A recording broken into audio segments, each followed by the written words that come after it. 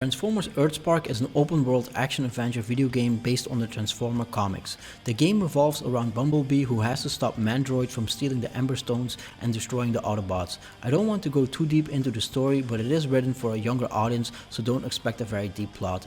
There are a few animated cutscenes, but most cutscenes are an image of Bumblebee with a dialogue box. The humor is really great though, as some dialogues really crack me up.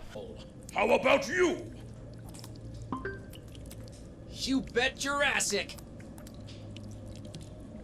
The game is open world, so you can decide yourself how fast you want to go through the story mode. There are 3 open world maps, and every map consists of 2 to 4 boss fights and 1 epic layer boss fight. In order to be able to fight the epic layer boss fight, you need to fulfill side missions and reclaim base camps. These base camp fights usually consist of going to a designated place and beat a bunch of enemies.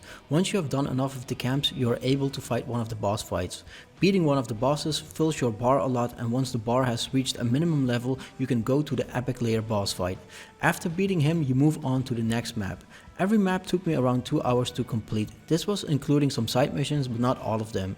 If you just focus on story mode, I think you can complete the game in around 5 hours. If you want to do all side missions and collect all the items, I think you can add another 10 hours. Side missions are scattered all over the map, and these side missions can be mini race games or collect certain items within a time limit or beat a bunch of enemies up. Side missions have a nice variation, and they reward you with items that are used to upgrade Bumblebee's abilities, and boy does Bumblebee have some cool abilities. The gameplay consists of driving around in the city and beating hordes of enemies, just like in a hack and slash game. The gameplay is fun and easy to play. You use square and triangle for melee attack, and R2 for range attack, and L2 for special attacks. To my surprise, the melee attacks have quite a lot of combos, and you can combine these combos into longer combos. For example, if you press square square triangle triangle, you are able to kick someone in the air, jump up, and continue your combo from there and knock your enemy down. Very awesomely done, and it almost kind of feels like you're in Devil May Cry. Very light though. You do have to unlock these combos by doing side and main story missions. The range attack is a beam that Bumblebee can use by pressing R2, and later on in the game you unlock a charged beam shot. But the strongest attack are the special ultimate attacks. There are 6 special attacks, and you have to unlock them all the same way you unlock the combos.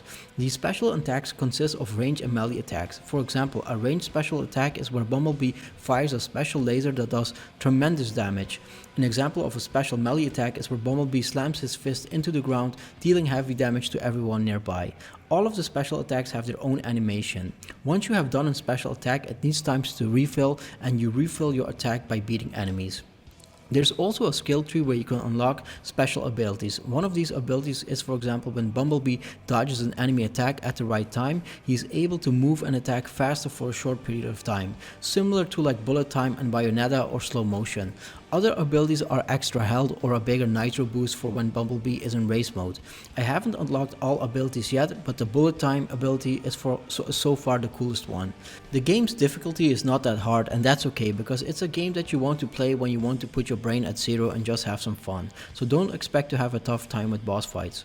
Overall, the game is really fun. It's really satisfying to just transform into Bumblebee's race form and drive around in the open world, or beat up enemies and try different combos. I'm rating the game an 8.5 and will definitely recommend it, especially for what younger people under us.